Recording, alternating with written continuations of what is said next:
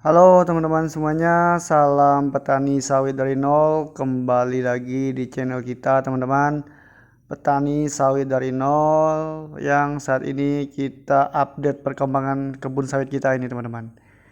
Ini teman-teman, saya berada di kebun yang biasa kita review atau yang sering kita buat video ya selama konten ini berdiri teman-teman. Mulai dari konten atau channel ini berdiri, video pertamanya itu upload penanaman sawit ini teman-teman. Teman-teman yang mengikuti maupun yang pengen tahu dari awal mulai tanam sawit kita ini, teman-teman bisa scroll video kita dari awal teman-teman. Awal penanaman yaitu sawit yang kita tanam waktu itu teman-teman, dengan jenis atau varietas PPKS 239 dan Simalungun teman-teman.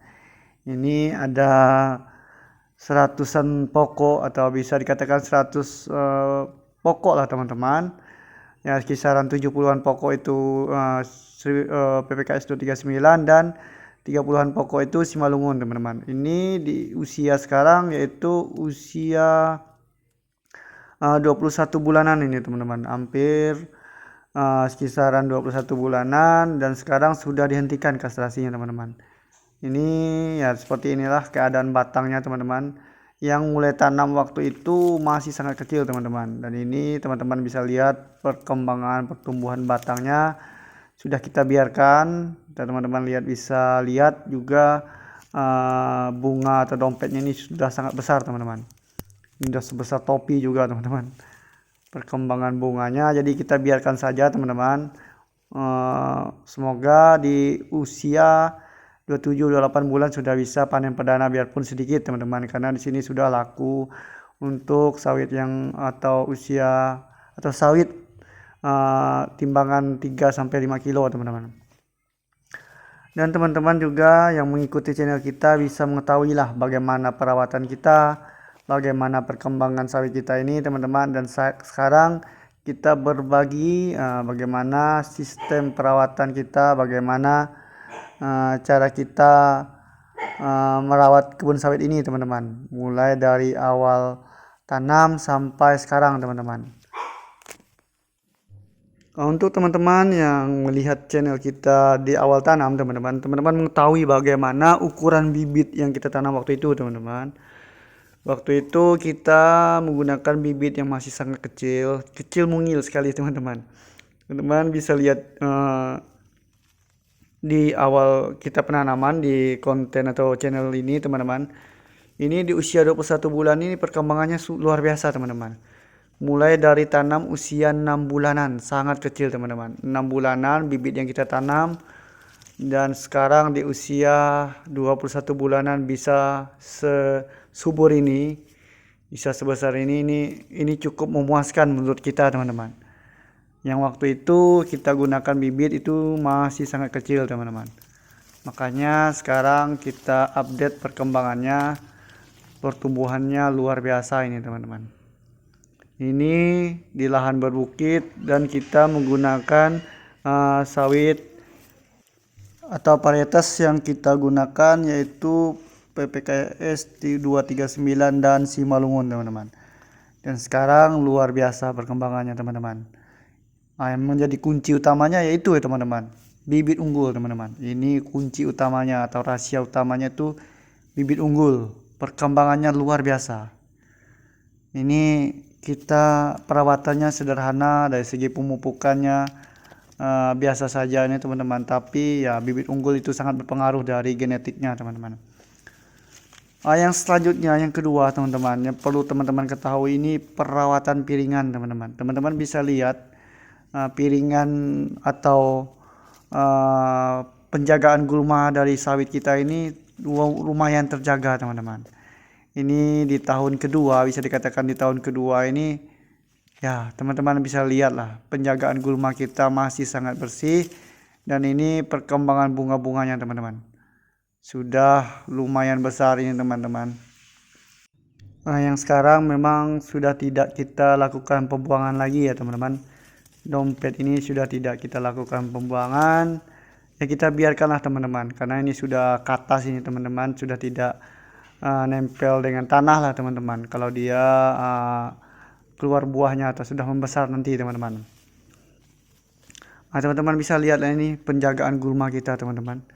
Ini sudah kita rutin melakukan penyemprotan, yaitu dengan 3 bulan atau 4 bulan sekali teman-teman. Apalagi kita di tahun pertama itu tumpang sari dengan padi dan itu sangat terjaga teman-teman kebunnya. Dan di tahun kedua juga kita masih melakukan tumpang sari dengan padi teman-teman. Itu sangat membantu kita menjaga gulma atau perawatan sawit kita teman-teman. Makanya di sekeliling sawit kita ini masih tidak ada gulma-gulma kayu yang besar teman-teman, atau gulma-gulma kayu ini sangat kurang teman-teman, karena memang kita melakukan tumpang sari dengan padi di tahun pertama dan tahun kedua teman-teman, dan perkembangannya ya sangat cukup memuaskan teman-teman. Memang ada yang mengalami gangguan di tahun pertama ini, terganggu karena padinya terlalu subur teman-teman, dan sekarang ya luar biasa ini perkembangannya teman-teman, karena di tahun kedua ini padinya sudah tidak bisa menutupi sawit ya teman-teman, karena waktu itu kita menggunakan sawit kecil. Di tahun pertama tertutup teman-teman sawit kita ini, jadi kurang sinar matahari, jadi agak terganggu, dan juga dari pemupukan juga ya karena dekat dengan padinya, jadi ya itu menjadi pengalaman kita lah teman-teman. Kalau memang mau tumpang sari dengan padi itu lubang tanam sawitnya kita jangan ditanam padi teman-teman, atau dijauhkan lah 1 meter atau 2 meter dari tanaman sawit kita teman-teman, agar tidak padinya tidak menyerap pupuk dan juga tidak menutupi sinar matahari masuk ke sawit teman-teman. Itu yang menjadi kendala kita dan saran maupun pengalaman yang dapat kita bagikan teman-teman buat teman-teman semua.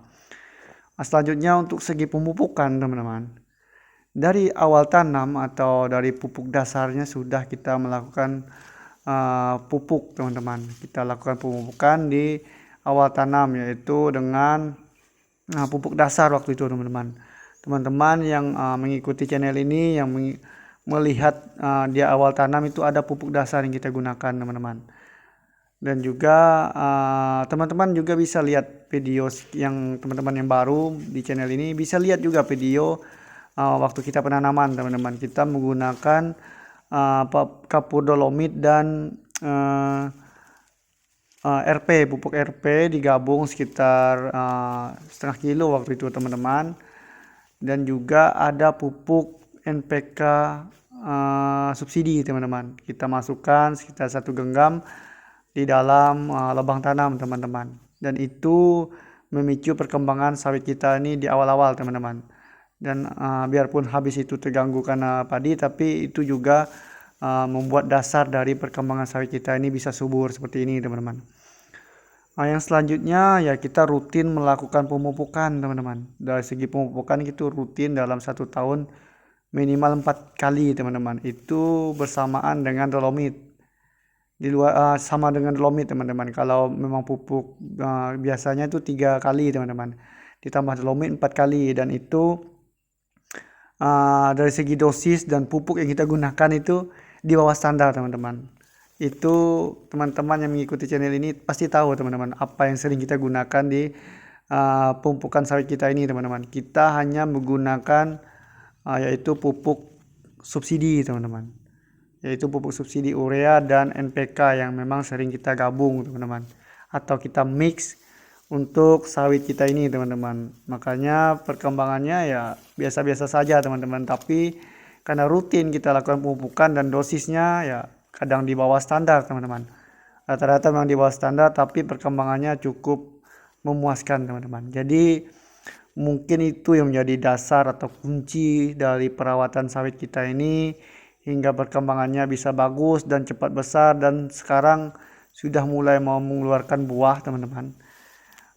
Kuncinya itu teman-teman, yang pertama tadi bibit unggul, yang kedua yaitu perawatan gulma kita teman-teman, yang ketiga perawatan pemupukan kita teman-teman. Itu menjadi kuncinya teman-teman. Biarpun kita petani pemula masih merintis maupun modal masih kecil, ya kita semangat lah teman-teman, dan kita semampu kita lah, yang penting sawit kita ini bisa dirawat semampu kita dan jangan dibiarkan teman-teman setelah tanam, dan kita wajib melakukan perawatan khususnya gulma ini teman-teman. Terima kasih yang sudah menonton. Mungkin ada saran masukan. Salam petani sawit dari nol teman-teman.